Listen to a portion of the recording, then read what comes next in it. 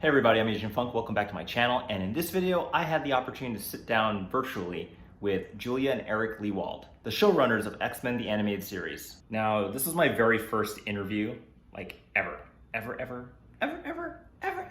It was extremely exciting. We talked about getting the show off the ground, working with Stan Lee, going up against Batman the Animated Series, writing 2 books, and quarantining. I even got to play a little game with them at the end. So a huge thank you to Julia and Eric Lewald for being on the channel. You can follow them on Instagram and Twitter at xmentas. You can find their books previously on X-Men and X-Men the Art and Making of the Animated Series on Amazon. If you're new to my channel, welcome. Don't forget to hit the like and subscribe button for more comic book videos. Enjoy the interview.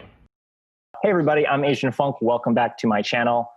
In this video, we're joined by 2 very special guests, Julia and Eric Lewald. You may have heard of them. If you haven't, you've probably seen their work.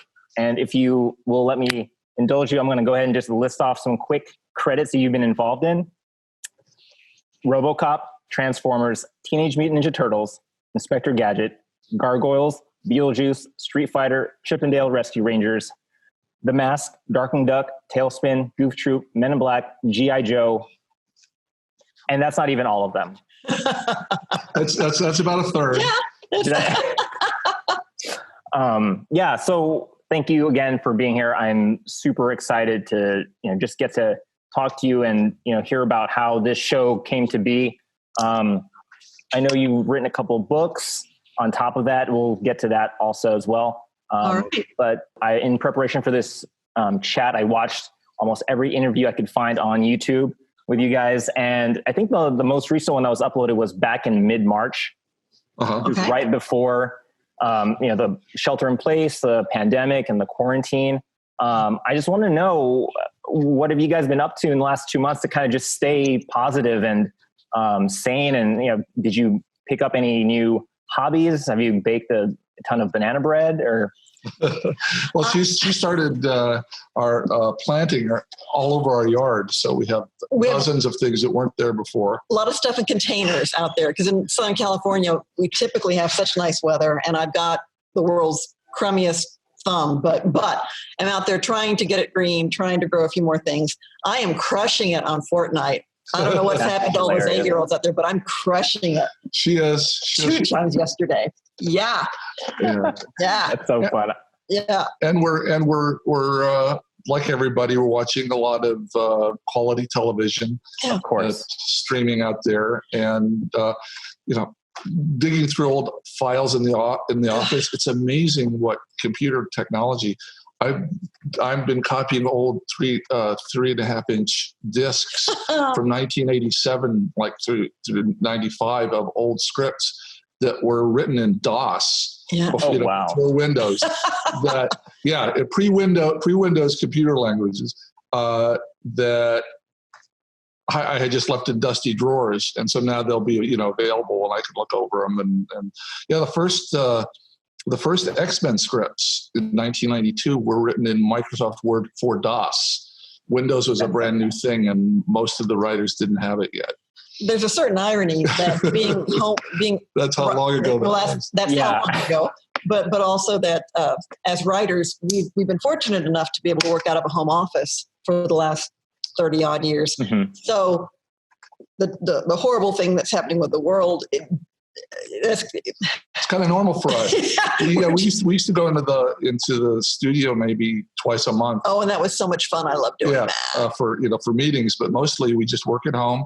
And this is how long, when we started, writers, instead of sending us files, they would bring a 5.25-inch floppy disk over, drive it over to our house with the script on it. Boy, you're going way back. Because it's pre-email. That's true. It used to, but yeah. So we're having some of those memories as we dig through, and it's fun.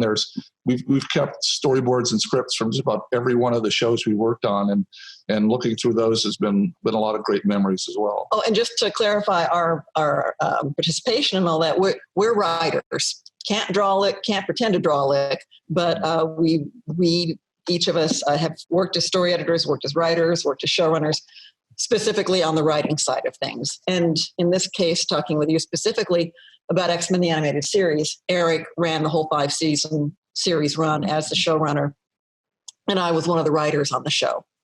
Right, for Beauty and the Beast, I believe. Is that right? I actually came up with the idea for that. It went on to Stephanie Matheson is the one who wrote the script on that, but I got to pitch it. I pitched the idea. And Days of Future Past Part 1, and then an episode called Whatever It Takes with Storm, going back to the continent of Africa. And just being a fly on the wall and pitching ideas over the course of the series run. Wow, that is quite an intro. That's all great. I was going to ask, I've been dying to find out, like, what has been like one of the, I guess, your most treasured thing from the show that you've kept. I've been trying to think about what question hasn't been asked, and that is a new one. Go ahead, Julia. You think, I'll think. We're both thinking here. Happy accident was realizing about, in this roundabout way, about 5 years ago, getting you to work on the book that became previously on X-Men. The fact that we had boxes and boxes. Oh, right there, right here. Boxes and boxes of. Again, everything back then had to get printed out. So we had the scripts, we had the storyboards, we had the memos, we had all that stuff above our garage, and we were able to access that. Oh, I know.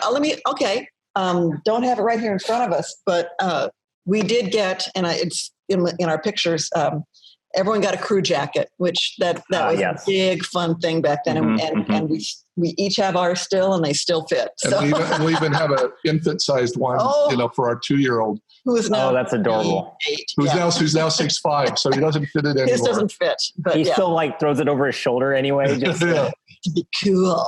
Yeah. Oh, and the best swag we ever got, and we got a Groz Entertainment jacket, which was great. One of the 4 production companies. Yeah, they did the actual physical animation, pre-production, and artwork for the show.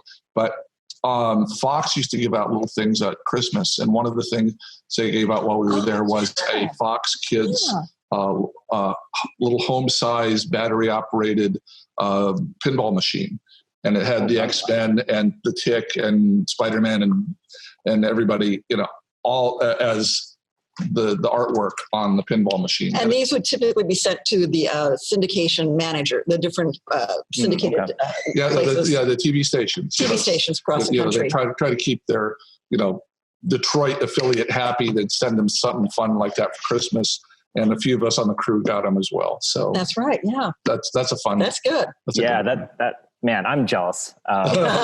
Just when I thought I've heard of all the things that have been made for the show, that's definitely on my list now.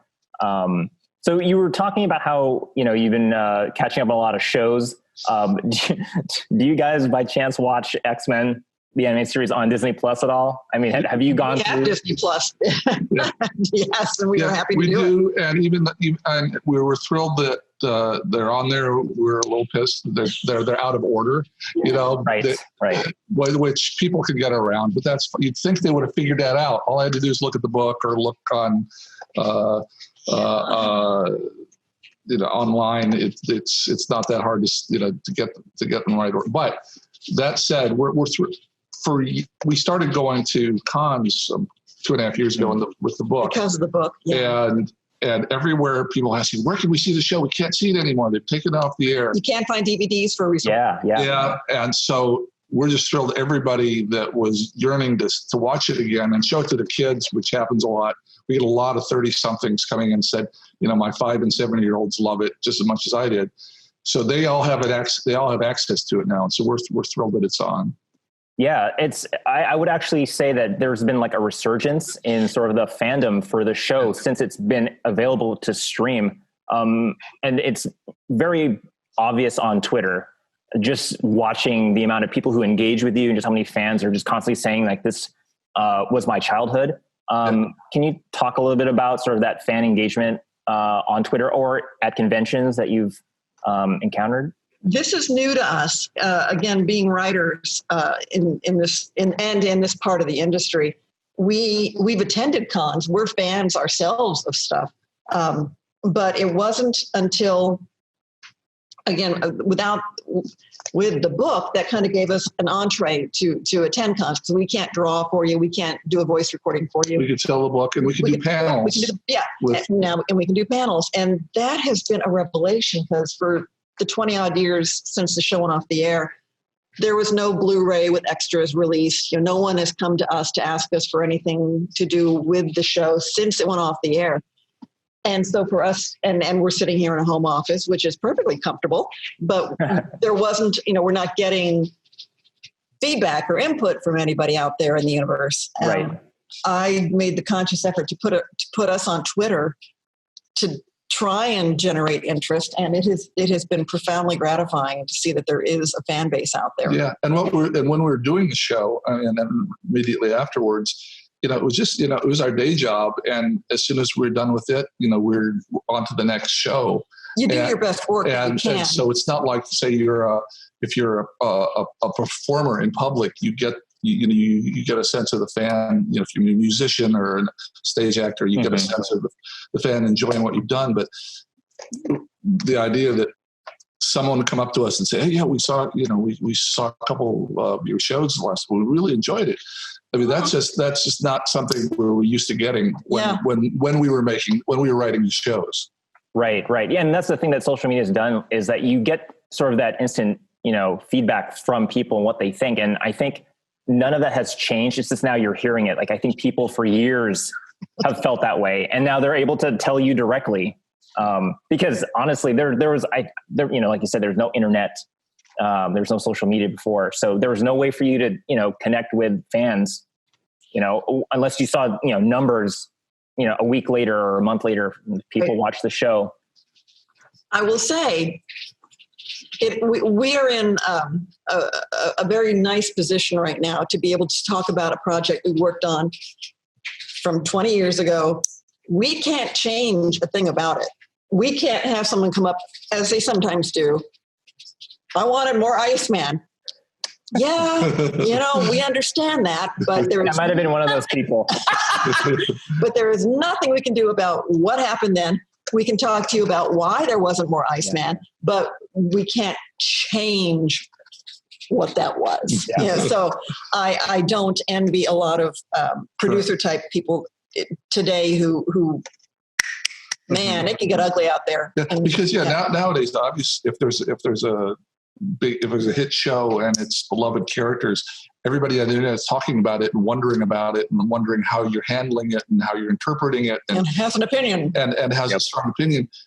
Since there wasn't any internet at the time, we basically flew under the radar. We were able to kind of just do the show we wanted without anybody. We had the few people that had a word for us either were advertisers or merchandisers or people that were trying to change it to make more money or to make whatever. We didn't have any fan reaction to make us adjust the show until. And then there's the exception that proves the rule. After the first season, and we killed off Morph. Oh my God! Okay, all right, here we go. We're going to talk about that. Okay, we're going to. All right, but so Eric, you were. Oh going, yeah, please continue. So first, just quickly, the first season, Eric, you were given the marching orders. You have 13 episodes. We don't know if this is going to hit or fail. So write the 13 episodes you want to do on the assumption that it's not going to go forward. So you and Mark Edens sat down and hammered out the first 13. And by the time our work on the writing side was done, we had all been let go. Yeah, it was like midsummer. The show had not premiered yet. So we were all, working on other projects. So it's late July. So from the end of July till the end of the year, we needed to be working somewhere else, to pay our bills. Right. And so we went off and did Exo Squad in the interim, the different show for Universal. And then heard that, once it premiered in January and was a huge hit, they wanted us all back. So, to do the next season. And luckily, some of us could come back, some of us couldn't, but luckily most of us could. But the point of this was discussing Morph and how opinion affected the actual day-to-day writing of the show. Yeah, so the net during the break. Yeah, well, actually, it was about 5-6 episodes into the season playing, so like early February. And there's your problem. They knew they had a hit, and huge numbers. And so they quickly got a focus group together. Executives can't make decisions without focus groups, even the best. And so they said, okay, well, what's going on about this? Well, we've got a hit. Why? And they asked the kids who their favorite character was. A group of kids, maybe 7 to 9 year olds. Right. And Morph was the huge favorite. And part of the problem was there'd only been 5 or 6 episodes shown, so no one knew that he's killed off forever. He was in 2 of them. He's only in like 1.5 of them, but everybody loved him. We made him as lovable as possible so that when we killed him, there'd be great grief and great emotion from it. And we made him too lovable. So we get, the network saying, well, please, can you, we know we told you could kill him, but can you please bring him back because the audience seems to love him so. So that's why he came back, and we hadn't intended it. It was not supposed to be a soap opera death. He was really supposed to stay dead. I can guarantee you, if there was a Twitter back then, people would have been telling you and saying, please bring him back, or, that Morph was their favorite, because Morph was my favorite. And I was like, he's got to come back. Come back. For the longest time. When you and Mark Edens approached X-Men to sort of take the source material and turn it into a TV show, you guys were adamant that if you're going to tell a hero's story, the elements of the hero's story are that the stakes are real, that there is genuine, tragedy and conflict. And on a kid's Saturday morning, how are you going to do that?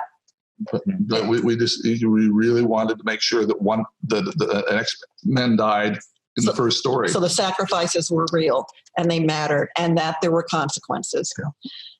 And again, Oh, I was just going to say, so yeah, even though the show, was colorful and loud and rock and roll, as I've heard described, you did tell very adult stories that dealt with, racism, politics, religion.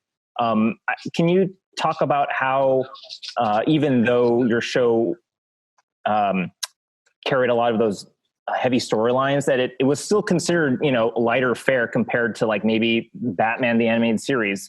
Can you just talk about, sort of the differences in how you really tried to make the show still be taken seriously, but it's still fun for kids? Yeah, that was, part of it was, talking with the executive, Sydney Iwanter, who supervised both those shows. Batman and X-Men. And Spider-Man and The Tick and half a dozen other really good shows. We had that discussion, and the discussion was, we want to tell really serious adult, like primetime drama kind of heavy, serious stories, but we can't leave the kids behind.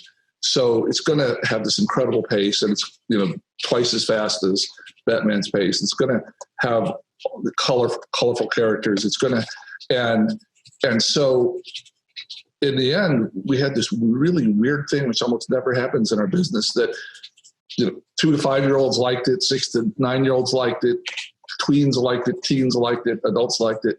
There was something in it for everybody, and we were conscious of the fact that just because we were being serious, we couldn't not be entertaining. We had to have the explosions. We had to have the building drama, and we had to push that really hard. But also, you're right about the color. There's something, I think, if you're a 3 or 4 year old, the pace and the color is half the show. Mm-hmm.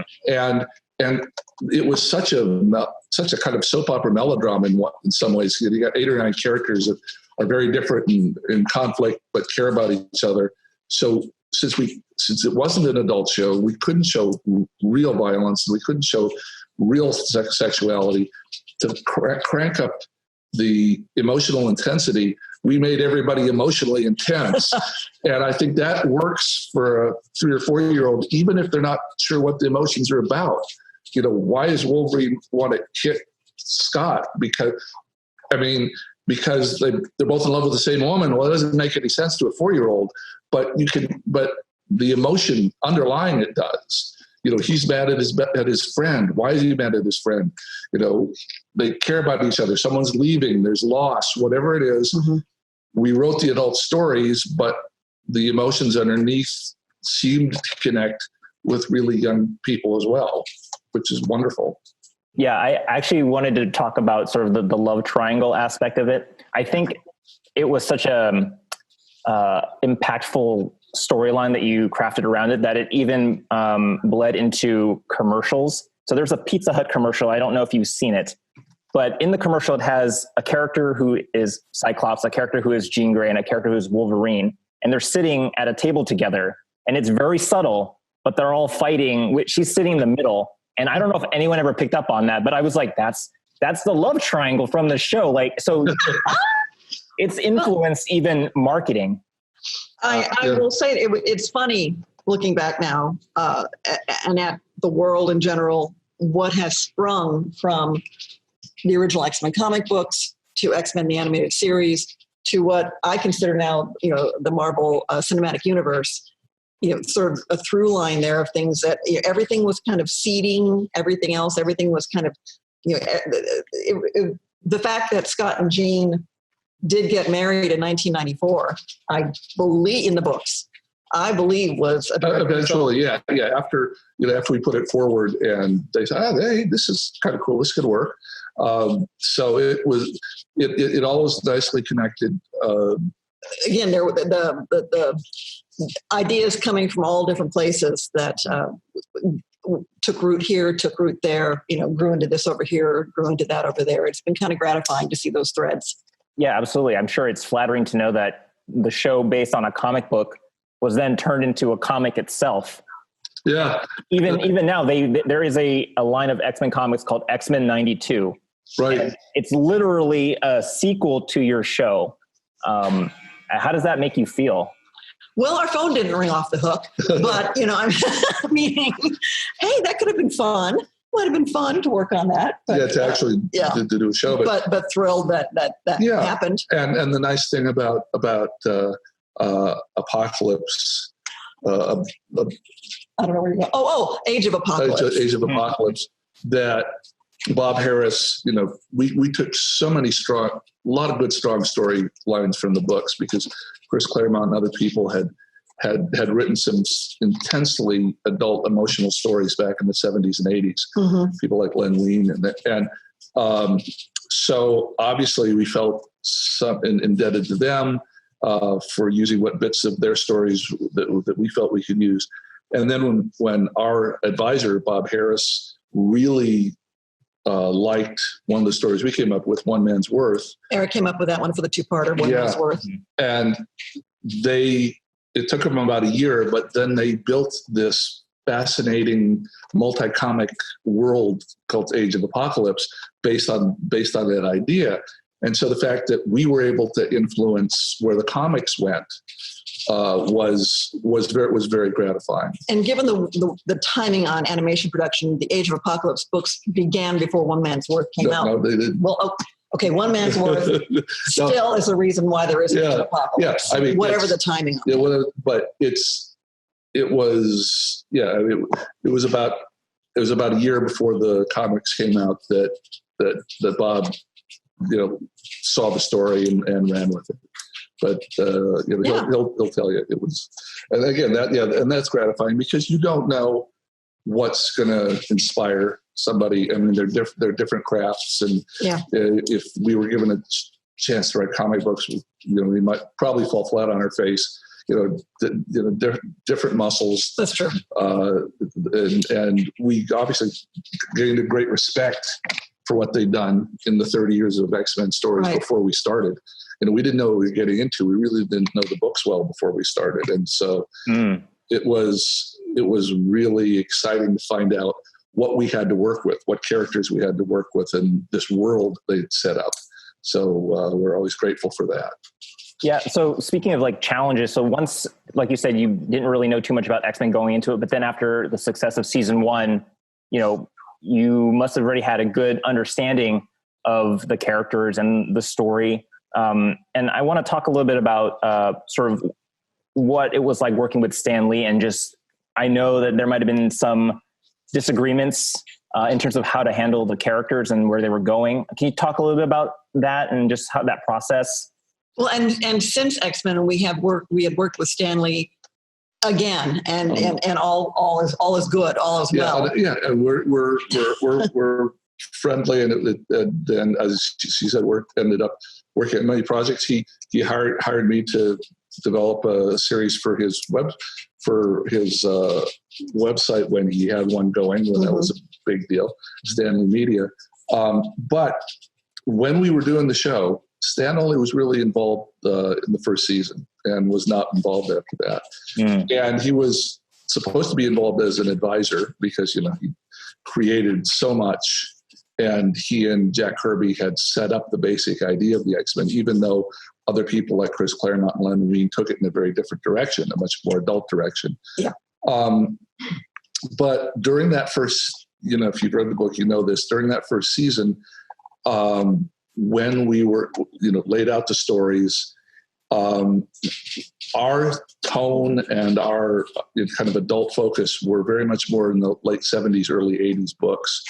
And Stan had only worked on the books in 1963 for about a little over a year. Right. And when he wrote it, they were younger. They were all American kids. They're more, extraordinary teenagers rather than the more world-weary adults that we inherited. And so he had a very different idea about where he wanted the show to go. And we had a bit of a conflict about that. It ended up resolving itself, we ended up happily dealing with it. But honestly, it's one of those things when you're writing an animated show. We started in February, wrote from February to July. Of 1992. It wasn't truly, it didn't truly premiere till the following January. So that's right. 11 months of anxiety for all the people that have money in it and all the people that are wondering, will this show work or not? And no one ever knows ahead of time. That's the mystery of it. You absolutely don't know what is going to be successful. So they're great creative fights. If it's a live action show, you can see it more clearly. You can see the finished product right away. Animation, you're waiting 4 months for it to come back, to come back from overseas. So during all that time, there was a bit of a struggle where Stan, A, wanted it to be younger, and B, really, he hadn't really been a major force in the books since the early 70s. I mean, he'd been working in comics since, World War II. He'd been there forever, and obviously was like the world force in comics for 10 years in the 60s. But then in the 70s, it started drifting to other people. And he had worked in the 80s in Marvel Productions to try to get shows on the air. He was such a driven, creative person that he just didn't want to sit still. He didn't want to be, didn't want sounds right. A quiet retirement. He wasn't quiet when he was 90. He was the most driven, forceful, verbal person in any of our meetings. And that was when he was 70. And so he very much wanted to run with the show and make it his. And it was a different direction than the rest of us wanted. And that made for some real tension for a couple months there while we're finalizing what the show was, because you've got 100 artists overseas waiting. Okay, what's the story going to be? Are they going to be younger? Are they going to be older? What's the tone going to be? The voice actors need to know, are we playing this a little more jokey? Are we playing this dead serious? Everybody needs creative decisions. And since Stan wanted to take it a different direction, there was tension there for a while. As Julia said, it was all fine. We ended up working on 3 or 4 other projects together, but it was difficult because he is so creative. He's not one to just back down. He's a driven guy. And that's how he got to where he got. Right. It's just he had a different vision for the show than we did, and so we kind of locked horns there for a little while. And that had to be resolved. Yeah, that had to get resolved. One way or another. It just was either we do it in Stan's direction, or we do it the way we've done it. We developed it for the first 2 months. Choose, and the people, Fox chose. So that it could have gone the other way. I mean, I could have been out on the street, and the X-Men could have been narrated by Stan Lee, which is the way he wanted it to be, him narrating the show. Right. And I think you did a really great job of not only, paying homage and respect to the material, but also just kind of infusing it with, something new and something fresh. And speaking of tension and sort of challenges, I want to move a little bit towards the voice acting a little bit. And the reason being is because whenever someone asks me what is it about the show that I remember, and what is it that I always think about whenever I see Wolverine somewhere or Beast, I think of the voices. Yeah. I think of Cal Dodd's Wolverine every time. I remember being brought to a Walmart when I was a kid, and there was an arcade machine that I heard Wolverine's voice, and I was like, that's the show. And I gravitated towards it. And and I couldn't believe that they had done that. And that's something I think is so impressive. Can you talk about the process of finding the right voices and sort of the challenges of kind of getting to that point? And there are so many parts that have to come together to make, anything work. But especially with an animated show, the voice talent, they got to figure out how to deliver everything just through their voice, which people can be dismissive of that as a skill set, but that to me is the most remarkable work I see and hear from people, the ones who can do it really well.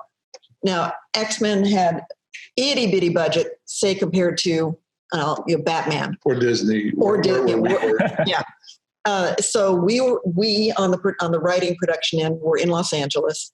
The voice talent was chosen was set up in Canada because they have a pool of talent up there, but also they have a cheaper buyout residual deal. So the voice talent was going to be up there. We were never we never crossed paths. We weren't allowed.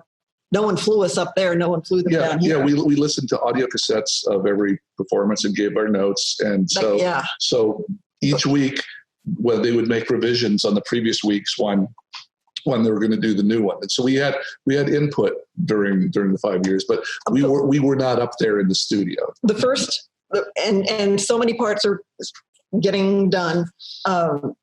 We mentioned Sydney Iwater, fellow named Larry Houston, producer director on the show. Yep.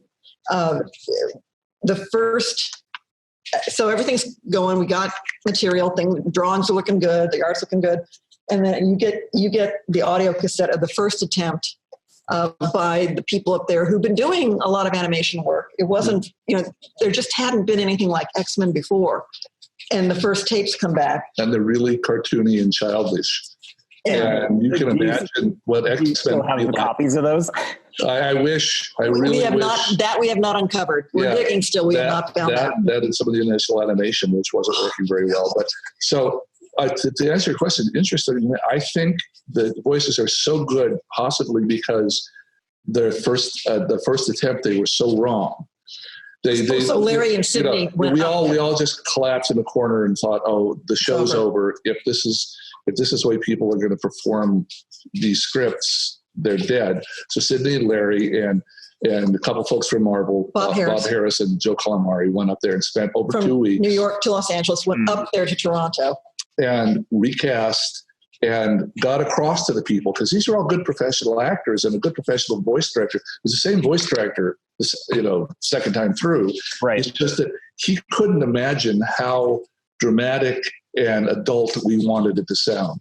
You can write that down, you can say it on the telephone call, but he spent the last 20 years of his life giving you cartoony, over the top, little kid voices. Yeah, he's used to it. He's used to it. Absolutely, and even if he makes a slight adjustment towards what you're telling him, that's what we got. So we just went up to him and, in effect, like grabbed him by the lapels and said, no, this isn't an adult movie or this is prime time at 10 o'clock. This is Hill Street Blues. Get us people that sound adult and have gravitas. And there's, okay, go to the theater community. Toronto's got a huge theater. That's so interesting. Yeah. And so, Professor X, Magneto, Beast, they were all spent half their time doing Shakespeare, literally. And so they came into this and were told, okay, now keep that and give us something and give us that level of drama. And so they found new people, and it took them a lot. It took them days and days and days till they'd find the right people. And then they all recorded it. They said at least 4 full times. That first episode. The first 2 parts Wow. of Night of the Sentinels. Before Sydney and everybody said, yes, this is the level that we're looking for. We've wrung out all the little kitty stuff out of everybody's voice and everybody's interpretation. This is what we're going for. So I think the initial failure made us overreact and push harder and get a kind of voice that people don't usually get. Mm-hmm. Now, what Bob Harris had been with Marvel for however many years, editor on the books out of Marvel, New York. Yeah, he said 15, 20 years and had been reading the books his entire life. And so he's there when Cal Dodd, who had not done much, Cal Dodd is a remarkable singer, which you go, wait, what? Yeah. I read that. I was like, oh, interesting. Great singer. But so, and had done some commercial work for the radio, and had come in, and he's, well, okay, what is this character supposed to be like? And Sydney, I think, said, all right, he's short, he's feral, and he's pissed at people. And at which point, Cal growls into the microphone, and it's like everybody in the booth froze, and Bob Harris turns around and just sees him there. And it's like, you're hired. Yeah, because that was the voice that they'd all heard in their head, that Bob Harris heard in his head, was now there, and someone was making it happen. And Bob was saying how fascinating that was, because he'd been living with the books all his life, Mm-hmm. and then suddenly to have characters that he'd been with that long, and hearing some human being voice those words. He said, like the hair went of the back of his neck. He's just like, he found it surreal because he'd say he'd been hearing Professor X's voice in his head since 1963. And suddenly this guy's sitting there spouting Professor X lines. And it's, to him, he said it was right. And at the same time, it was something he had never quite imagined, because it was always like one-dimensional in his head, and now suddenly it was three-dimensional. And I would have loved to have been him, to be there and watch it all come to life in front of me. Yeah, I think that's one of the craziest things, is that the voices were so spot on that they were used in more than just the show. They were using commercials for toys. And, to sell pizza, it's the same voice, and even in arcade games. And that's one of the things that it stuck with me ever since. Anytime I hear the word Wolverine or I see Wolverine, I think of the voices every time. And so I want to talk a little bit more about your writing in terms of books, and this. I'm gonna keep doing this. Raised it at the same time. So, it's funny. Someone was asking me, like, what kind of book is this? And I kind of had to think about it, because this isn't your traditional book. And I thought about it, and I said, if a TV show could write an autobiography, it would be this. That's high praise. That's high praise indeed. My goodness. It really was. I didn't know what to expect from it. And can you just talk about how challenging it was to kind of get everything you wanted in this book, because it's complete. It has everything you could ever want to know about the show. Yeah. I mentioned that we are fans ourselves of stuff, and one of the things when we met each other out here, coming from where we each came from, I'm a huge Star Trek original series geek, and so are you. And again, when we first met, there was no internet, so it's like, oh, you think you know Star Trek, and that kind of sort of challenge each other kind of stuff. But the book, The Making of Star Trek, there were some paperbacks way back when that you could find, maybe if you were lucky, at certain stores that had like the dense history of Star Trek. But there weren't a lot like that. Kind of hoping this could be that for folks. Yeah, and I think there was a couple things. I think it helped that we were writing it for fans of the show. We weren't writing it to be a textbook. We weren't writing it to be a dry history. It was something that we wanted to share with the fans that love the show. So it's got that tone to it. We also, at the time, the rights were all split, and so Fox and Disney and Marvel, nobody wanted to be part of it. So they wouldn't return our calls. This was just like our one chance to get everything out there to say, this is everything that I went through.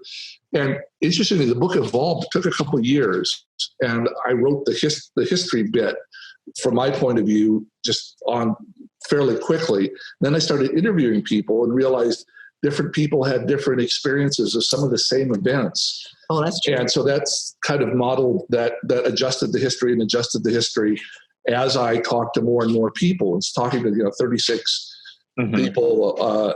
It really helped me round it out and fill in places that I had no idea about some of the problems that some of the other people had gone through, or some of the ways that the show could have gone if everybody hadn't been careful. Plus, just getting to know, there's 2 or 3 that some of the people, like some of the writers, are friends of ours, so we knew them. But in interviewing the cast, and interviewing the artists and the executives who we knew professionally, but just that, we got to know more about them and what they contributed, and got a sense like, well, if it had been somebody besides Larry Houston, besides Stephanie Graziano, or someone different from Sydney, it would have been a very different show. And how much each of those people contributed to making the show it was. And that was a little bit humbling, because when you're just focused on a tunnel and just getting the scripts done and you finish 76 scripts, you kind of think of, oh, well, that's my show. And you end up realizing it's hundreds of people's shows, and any one of them or any group of them could have just taken it in a very different direction. And just the amount of luck and mysterious good chance, and that it all came together and we were all kind of on the same page for it. Interviewing everybody else really gave me some perspective that I absolutely didn't have before I wrote the book.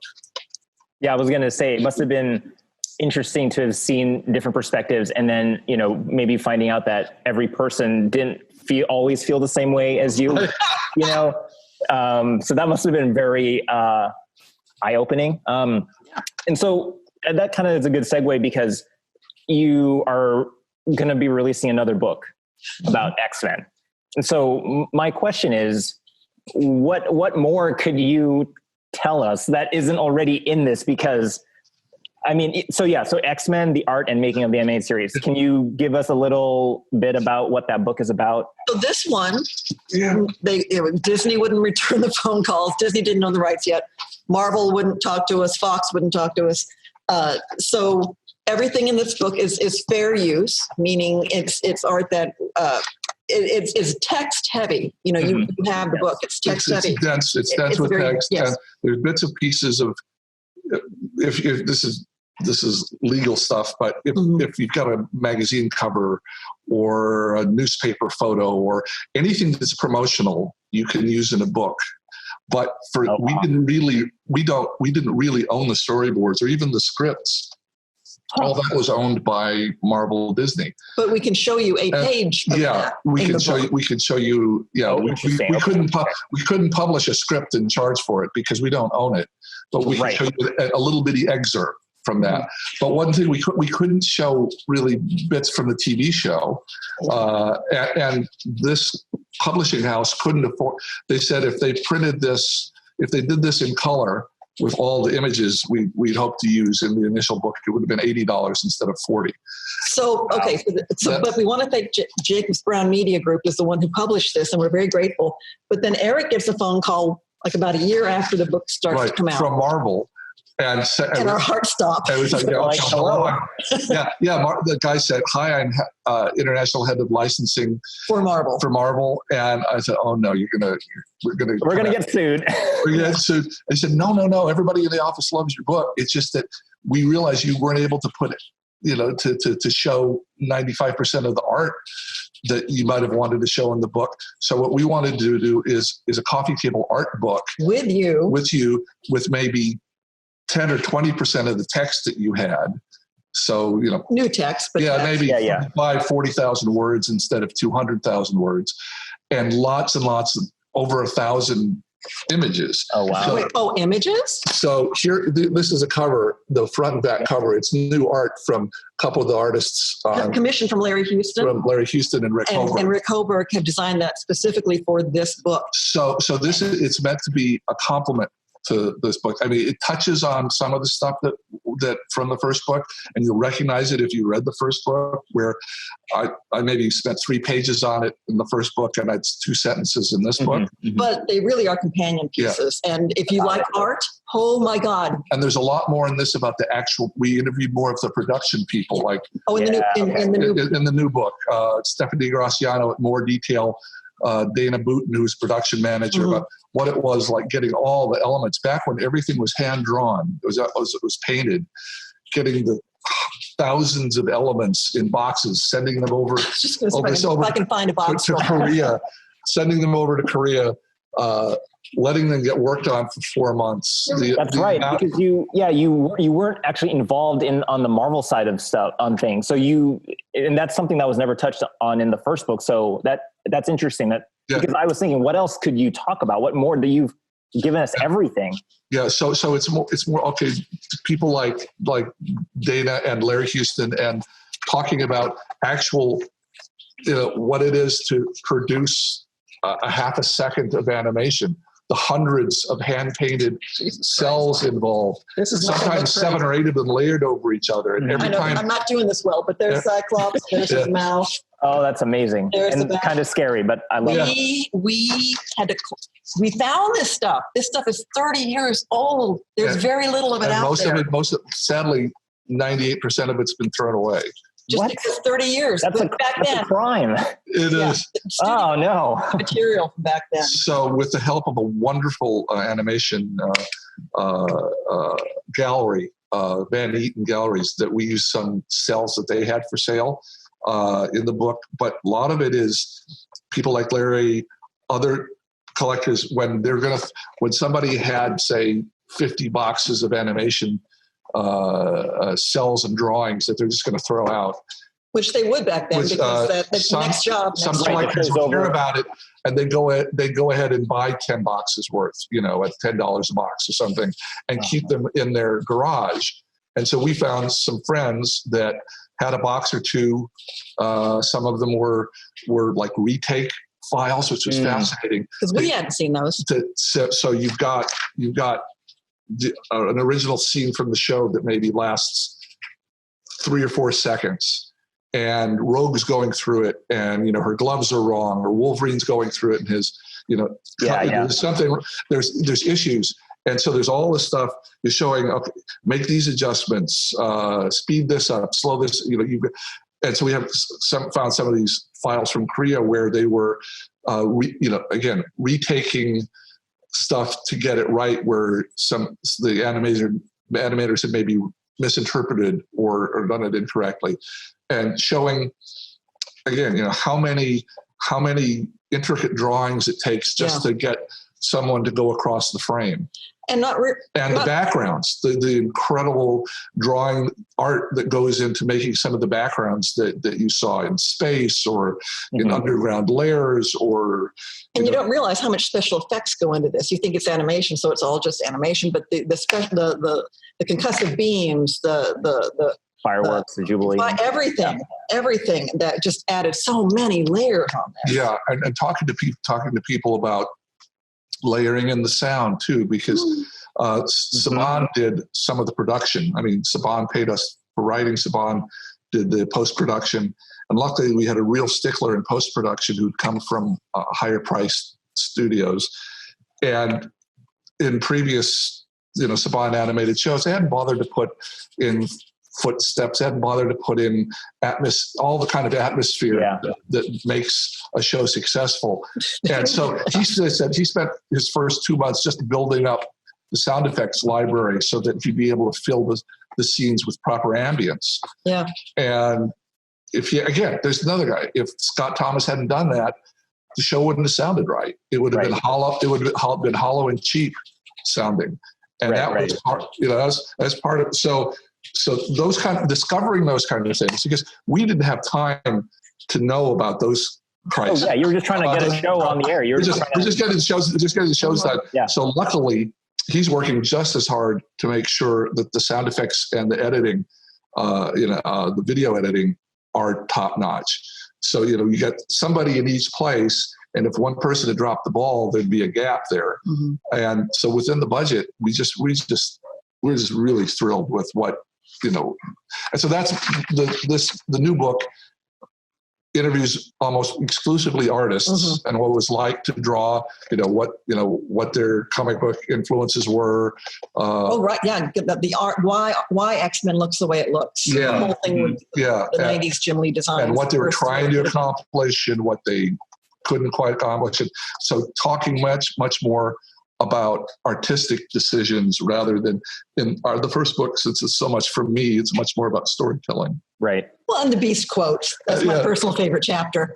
But, again, that's a fan thing for me. Absolutely. And that was kind of my biggest question was, is this a companion book? Is this like, there's like a whole nother story about the show that I never even mentioned. And there's not much new gossip or dirt or crisis. Well, for you, because it wasn't your universe. The Scott Thomas stuff, the sound effect. And just the struggle of some of the production, near catastrophes. There are a few of those in there. But it's new. It is considered what we folks who are old enough to a coffee table book. It's a high-end art book, and good Lord, it looks beautiful. It is gorgeous. I'm so excited, very excited for it. If you just want to see it, and it's art that we had 30 years crawling around. Larry Houston had 3 storage units that we're dragging boxes out of, and finding stuff from. Wow. Yeah. The first book was a book I really needed and wanted and had to write forever, but the one thing that, if we'd had our druthers, we would have made it $100 book and put all this color and all this stuff into it. Mm-hmm. Obviously we couldn't do that. So that was the one thing, it's a beautiful color and it's animation. People want to see what you're talking about. Yeah. So that's, I think, the one thing that this actually answers that question for us. It lets us show everything that, we're trying to do, as opposed to just, it was fun showing it in script form. It was fun showing it in storyboard, sketch form, but showing it actually come to life in full color. The second book is allowing us to do that. There is a specific section, and I pride of place here for me on having written Days of Future Past Part 1, with that we are able to deep dive into that in the opening sequence. Whoa, with that Larry Houston with Will Mineo. Yeah, they were so excited. Will and Larry ran the show from the art side. Mm-hmm. And they, 9 out of 10 times, just like with me with the writing side, I would get writers to do the work and then adjust it and polish it and make it all consistent. But if there was, a story and the same thing with Larry and Will, they would get artists. They'd get 3 artists because storyboards are so long. It's 900 drawings per storyboard. They'd get 3 artists to do a storyboard, and Larry would polish them up and get it to where it was consistent. But they were so excited about hearing about Days of Future Past that they drew Days of Future Past. Will and Larry did. Will do the first part, Larry did the second part. They didn't feel like subletting it to any of their staff. So we found the model sheets. Yeah. They had it. Yeah. Mm-hmm. Yeah. So we started with the premise. We just took this the opening sequence, the teaser, and we started with the premise, then an outline of that scene, and then the script of that scene, and then went and showed the storyboard of that scene. And then we took images from color images off the screen grabs of the show. So you got in the new book, you got translation from like a 1-sentence description of the teaser to a 3-page script of the teaser to 5 pages of storyboard to then the color realization from the screen from beginning to end.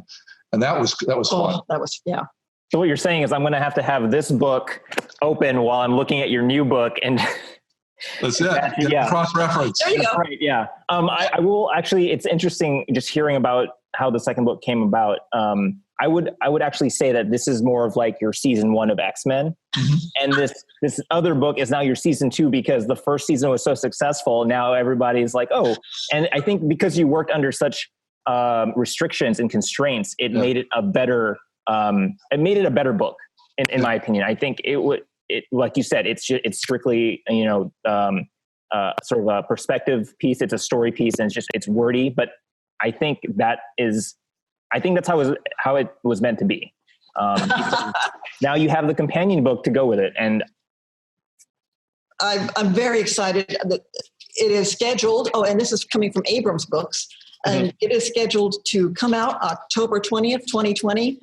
And that was put in the calendars months ago, and we're all excited and thrilled.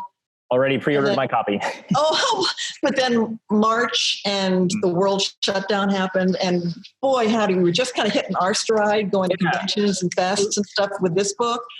And now we'd hoped to be at New York Comic Con. New York Comic Con for the big It's in October. Yes. And that looks like it's not going to be happening. So I was going to ask, like, what was your sort of, I'm sure you're going to be very excited to start promoting it at conventions and, We will once absolutely. And so we obviously we can't schedule that now, but one of the places that's going to be fun, it's going to be like a win-win in Southern California, Van Eaton Gallery, which is this wonderful animation cell gallery. We're talking to them about having a signing there because that'll be fun. Yeah, out of the 1,000 some images, we use 70 or 80 from them, and they're talking about putting them all out around the walls while we're there with the book for book signing. That kind of fun stuff. Yeah. Here's a book idea. I think you should write a book on the experience of promoting this new book. Yeah. Promoting both. That way it'll okay, cool. Yeah. Do you have a couple more minutes by Sure. chance? Okay, great. So I have one more question. It's a personal question. What advice would you give to somebody who is trying to either write for a show or write a book? Just from your perspective. Okay, two different muscles there. Let me ask you a little more. When you say book, are you talking comic book, or are you talking a book like this, or what are we talking about? Yeah, actually, let me rephrase that. So writing for a show or writing a book like this. Okay. All right. If writing for a show as a writer, do it. Just do it. If you have a spec script inside you that you need to write the darn thing. Everything is kind of in lockdown right now, but there have never been so many opportunities and outlets for people for product. Let me say product. I would recommend the better course of action is your own rock solid, brilliant idea that you can. Oh, here's my IP. Here's my own intellectual property. This is a thing I wrote and I made up, and it's mine. Yeah. If you can do that, I'd recommend doing that. That's great. And also, if you love a show that's people know, we told when people talking about how to break into the business here in Southern California. Well, it helps if you have a spec script that you're trying to show people that you know how to write. Right. That they can say, he understands the show and he gets it. So if you're a big Simpsons fan, that was a thing that, everybody in the industry is going to know the Simpsons. So if you write a Simpsons spec script and hand it to someone to show, look, I know how to write this kind of animation. Not necessarily to get on the Simpsons, but to show someone. Just to show somebody that you're a professional writer. They will all know the characters. They won't have to do homework or research to try to figure out who this is. You won't have to explain it. Right. So find something really known, recent, well-known, and that you love, and write an episode of it, because that's the easiest thing to write. But we say that now, but we know it's not. But we're telling you, writing is hard. All writing is hard, but the hardest is just a blank page. The easiest for me anyway is, I love I've memorized the first 79 episodes of Star Trek. I could write a Star Trek. And if people like the show, I mean, it's a little old, obviously, but if there's something more current that that kind of thing, then the characters' voices in your head. You just try to show your craft, to show that you can put a story together. You're not having to reinvent the wheel and reinvent all these worlds. Do that on a second thing that you write to show people how inventive you are. Mm-hmm. But it's really helpful to say, oh, you've got such and such. Let me read that. Let me see what you would have done with an episode of The Simpsons, what you would have done with an episode of the X-Men. So that both things are helpful. One to show just an easy look into your craft, the other to show, what have you imagined? What's special? Because some people just don't, click that way. So you've got your YouTube channel that you're ramping up, and we certainly hear from folks who that's your own calling card. Whatever you put up there and put out there, someone else can find. So if you want to make a short film or some sort of segment or something, and you have it there where it can be accessed, that's also a way for you to get your stuff out there. Books are both harder and now reasonably open and easy. It used to be 30 years ago. There was something a little embarrassing about self-publishing. There really isn't anymore. There's not a problem with when you get your book together. There are all sorts of companies, including Amazon, that you hand them your manuscript and they'll print them on demand. Mm-hmm. And and then if you have connections through social media to get the word out that your book's out and it's about something that interests your friends on social media, then you've basically got your own your own publisher, and you've got your own marketing plan set up, because so much of it is marketing. The vast majority of X-Men fans don't know that my book exists because there was no marketing budget. Yeah. Right. Help us. So we've had to do most of that. We've had to do marketing as if this were self-published. Yes. So book publishing is expensive. As you know, people don't buy books as much as they used to. So it's a difficult world. When we went to this publisher and another publisher was interested in doing our first book, we asked, is there anything else that you'd be interested in us? Because we'd worked on 40 some series ourselves. Oh, yeah. And Jacobs Brown is a pop culture publishing house. Yeah, they do Star Trek books. Okay. They did Boys About Us. I mean, they do all sorts of TV pop culture stuff that they're specialized in. And they looked at us and said, look, X-Men, we will commit the money to print up a couple thousand of these, to get started and pay you no advance. Anyway, we'll commit to our time and energy and some money for the X-Men, but your other 41 aren't, they just aren't big enough. Yeah. For them. I mean, for them. Just other people might, it's just, there's so many millions of us, and there's so many millions of books that you could write. Publishers are looking for something that's a low risk, that's kind of pre-sold, and X-Men, we get that. That was a huge hit TV show. There's 50 million fans out there. If 1 out of 1,000, buys the book, then we're cool. But it's hard to. We've never sold a book that wasn't in effect pre-sold with this IP on it, with this trademark on it. I don't have any advice other than to write a wonderful book and see if someone can read it and get excited by it. And we tell everybody, especially younger people, when we're at animation writing classes, that sort of thing, the hardest part, but the most important part, is just write stories and get friends to read them. And because all sorts of people have ideas, and it's not real until you try it.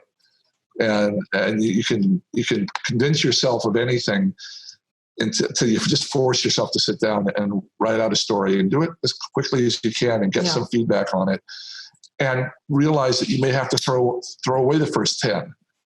And the 11th one will be something that delights everybody. Right. Now, whatever you're thinking about book-wise, let me give you this one off-the-wall bit of encouragement. that we for the last 30 years, we each have been represented by a very, very tiny animation agency. Mm-hmm. Love them. Wonderful. And it's a community. We know about each other or know of each other. Our agent had another client who was just getting tired of what is a certain kind of grind. And she said, I don't want to do this anymore for animation. I want to write some young adult books. Okay. She did a couple. And then she was hitting her stride, just doing that. And he was working with her to, that wasn't his bailiwick, but he was helping her find publishing houses for that.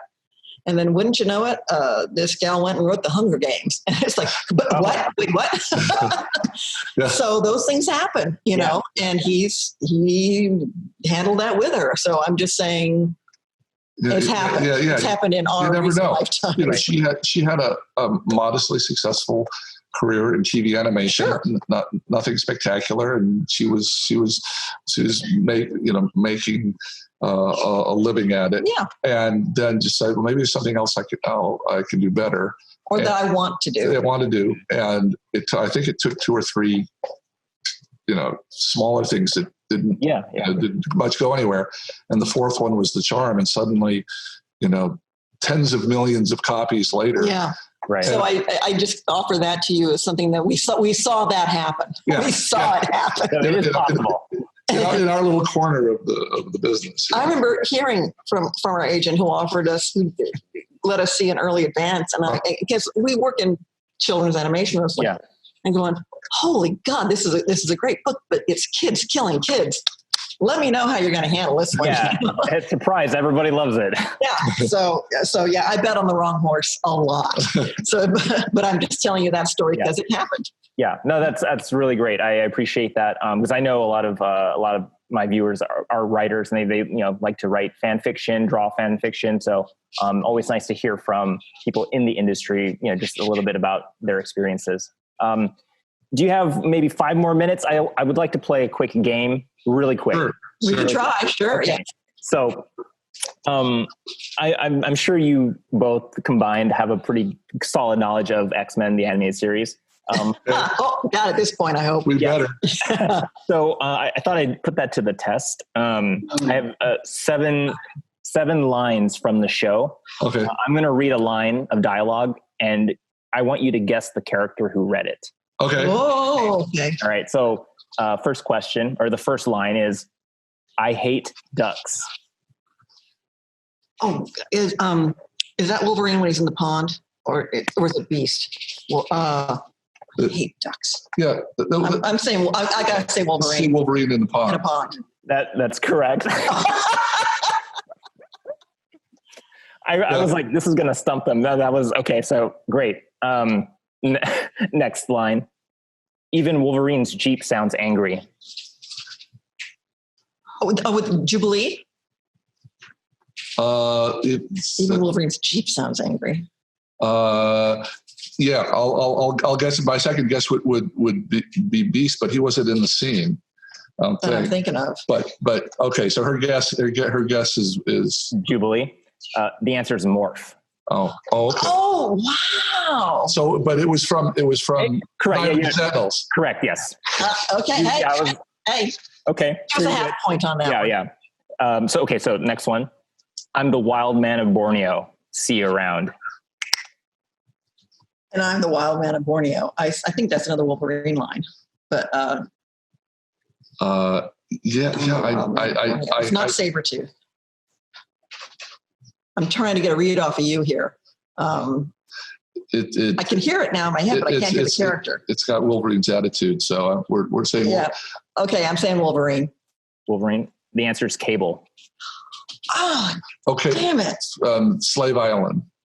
Okay. Yes. Another half point. Yeah, I'll give it to you because if you can guess the episode, that's impressive. Okay. We'll do one more. How about that? Oh, okay. Though I'm always in haste, I am never in hurry. One of my favorite lines. Yeah, and that's when he's trying to get the files out of the. Yeah. Yep. Also not in the Sentinels. I really enjoy that you're able to describe the scene because for some of these I had to look them up and I had to watch the episode because there's no way I was ever going to guess it just based on that line. And for you guys to describe the scene, you must have been involved in the show in some capacity. Well, and you know what? If we were really pushing you, to be fair, we needed you to do the line reading in character. Oh my gosh! Technically, each character's line delivery is so specific. I thought about that. I thought about reading the line in sort of character, but I tried that in front of a mirror, and it did not go well. And I did not want to embarrass myself so early. That's pretty much all I have. Is there anything you'd like to just say to this brand new? Amazing. Amazing. We ran out of A's, but yeah, there we go. I think everyone's they'll get it. Okay. That's please, fantastic. Find us on Twitter, find us on Facebook, find us on Instagram. Find our website where we're trying to do more postings and things. And hopefully when this goes up, we can link to that on our thing. So yay. I'll definitely link to all your social medias in the video. Thank you so much. I would love to have you guys back on. We would so much appreciate that, especially maybe closer to book time. And yes. I know it's your first one, but keep interviewing. You seem to be Thank you. I hope I did okay. Like I said, this is my first interview. I hope I made it as fun and comfortable and insightful as possible. Yes, Absolutely. You did. Yes, you did. Now, just say thanks for watching.